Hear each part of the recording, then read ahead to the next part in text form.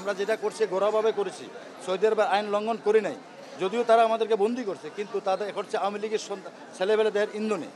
আমাদের প্রিয় মাতৃভূমি দেশকে আমরা অনেক ভালোবাসি বিধায় আজকে আমরা রেমিটের যোদ্ধা, এবং আমাদের বাংলাদেশ সরকারকে অসংখ্য ধন্যবাদ জানাই। বাংলাদেশের প্রবাসী কল্যাণ মন্ত্রণালয়ের সকল সদস্যকে ধন্যবাদ জানাই। তাদের সহযোগিতায় আমরা প্রায় 8 মাস বন্দিখানা থেকে মুক্তি হইতে পারছি। আমাদের বাংলাদেশ সরকারকে অসংখ্য ধন্যবাদ জানাই। বাংলাদেশের সকল ক্ষেত্রে যে সকল সাংবাদিক ভাইয়েরা আমাদেরকে সাপোর্ট দিয়েছেন, সহযোগিতা করেছেন, এবং যারা আপনার এই যে পত্রপত্রিকা সহযোগিতা করেছেন, সবাইকে আমাদের প্রবাসী পক্ষ থেকে সালাম এবং দোয়া এবং ভালোবাসা। আমাদেরকে গ্রেপ্তার করা হয়েছিল আপনার 9 আগস্ট 2023, যেদিন আপনাদের 4 আগস্ট যখন বাংলাদেশে কোনো স্বাধীন হয় যেভাবে বলা হয়। তো আমরা 9 তারিখে আমাদের বাংলাদেশের শান্তি রক্ষার জন্য আমরা একটা আয়োজন করছিলাম। সৌদি আরবের আইন হলো, সৌদি আরব সরকার বলেছে যদি কোনো বাংলাদেশের লোক রাস্তাঘাটের মধ্যে মিছিল করে, ব্যানার করে, পোস্টার করে, তাদেরকে ধরে দেশে পাঠিয়ে দাও। আমরা সেই দেশের সরকারকে, সেই দেশের আইনকে শ্রদ্ধা সম্মান করে আজকে আমরা প্রায় 20 বছর ছিলাম। কিন্তু আমাদের ভুল ছিল এতটুকুই, আমরা এই বিষয়টা জানতাম না যে ঘরোয়াভাবে বাড়ির ভিতরে আয়োজন করাটা অন্যায়।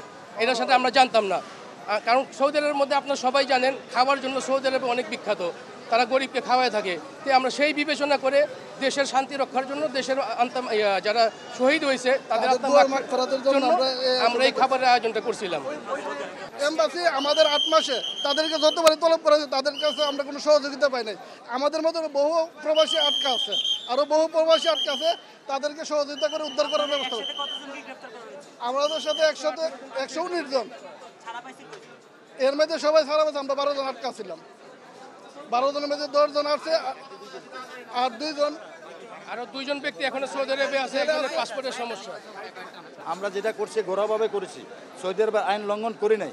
যদিও তারা আমাদেরকে বন্দি করছে, কিন্তু তাদের হচ্ছে আওয়ামী লীগের ছেলেবেলেদের ইন্ধনে, ওদের উস্কানিতে আমাদেরকে বন্দি করছে। বন্দি করার পরে আমরা অ্যাম্বাসির মাধ্যমে যোগাযোগ করছি, যতবারই যোগাযোগ করছি, রিয়াদ এবং আলগাসিম শাখার মধ্যে যোগাযোগ করলে ওরা বলছে তোমাদেরকে পাঠিয়ে দেবে।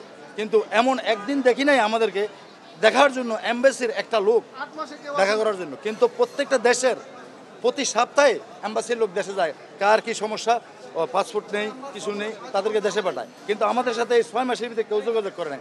এখন আমাদের কথা হলো, আমরা তো দেশে ফিরতে পেরেছি, আমরা প্রত্যেকে এখানে বিজনেসম্যান। হ্যাঁ, প্রত্যেকে আমরা বিজনেসম্যান, আমরা বিএনপি সমর্থনকারী। যেই সমর্থনকারী ওইটা না, আমরা কথা হলো দেশ কলঙ্ক মুক্ত করার জন্য। আমার নাম মোহাম্মদ জামিল হোসেন, কুমিল্লা বড়ুয়া শাখা। আমি সৌদি আরব প্রবাসী। হ্যাঁ, সৌদি আরব প্রবাসী থাকি। হ্যাঁ, দুজন, একজনের পাসপোর্টের সমস্যা, একজন ড্রাইভিং লাইসেন্স। ভবিষ্যতে কি করবেন? হ্যাঁ, আমাদের কথা হলো আমাদের তো ওই দেশে ঢোকার আর নিষেধাজ্ঞা দিয়ে দিচ্ছে।